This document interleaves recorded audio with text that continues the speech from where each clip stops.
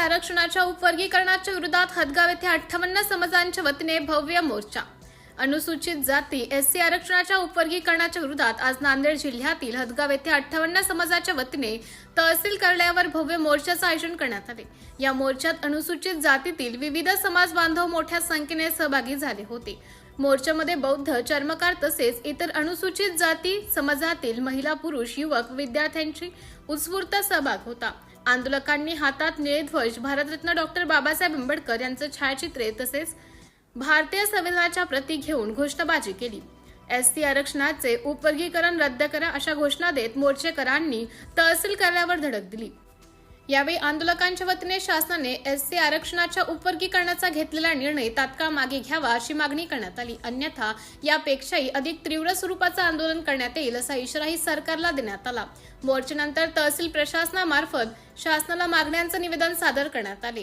City India news साठी प्रतिनिधी शिवाजी खुणे, हदगाव। आणि 7 जजच्या खंडपीठाने जो निर्णय घेतला होता तो असंवैधानिक आहे, त्याचा निषेध करण्यासाठी आणि ज्यांनी समाजाला आरोपीच्या पिंजऱ्यात उभं केलं त्याला उत्तर देण्यासाठी आजच्या कार्यक्रमाचं आयोजन करण्यात आलं होतं।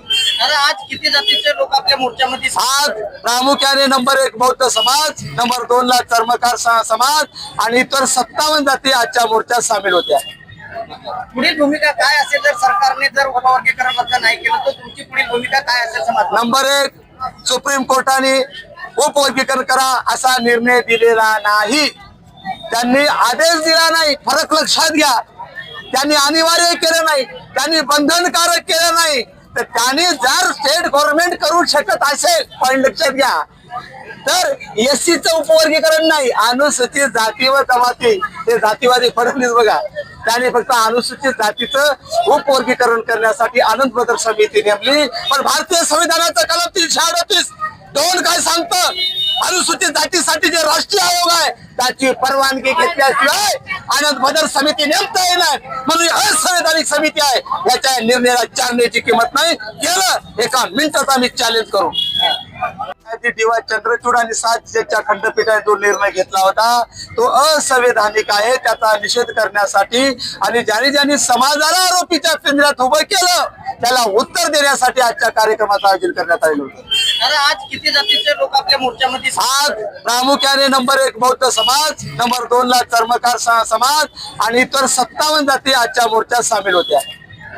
पुढील भूमिका काय असेल जर सरकारने जर उपवर्गीकरण रद्द नाही केलं तर तुमची पुढील भूमिका काय असेल समाज? नंबर 1, सुप्रीम कोर्टाने उपवर्गीकरण करा असा निर्णय दिलेला नाही, त्यांनी आदेश दिला नाही, फरक लक्षात घ्या। त्यांनी अनिवार्य केलं नाही, त्यांनी बंधनकारक केलं नाही, तर त्यांनी जर स्टेट गव्हर्नमेंट करू शकत असेल, पॉईंट लक्षात घ्या, तर एससीचं उपवर्गीकरण नाही, अनुसूचित जाती व जमाती हे जातीवादी फडणवीस बघा, त्याने फक्त अनुसूचित जातीचं उपवर्गीकरण करण्यासाठी आनंद बदर समिती नेमली, पण भारतीय संविधानाचा कलम 338(2) काय सांगतं? अनुसूचित जातीसाठी जे राष्ट्रीय आयोग आहे त्याची परवानगी घेतल्याशिवाय आनंद बदर समिती नेमता येणार, म्हणून असंवैधानिक समिती आहे, याच्या निर्णयाला चालण्याची किंमत नाही। केलं 1 मिनिटात आम्ही चॅलेंज करू।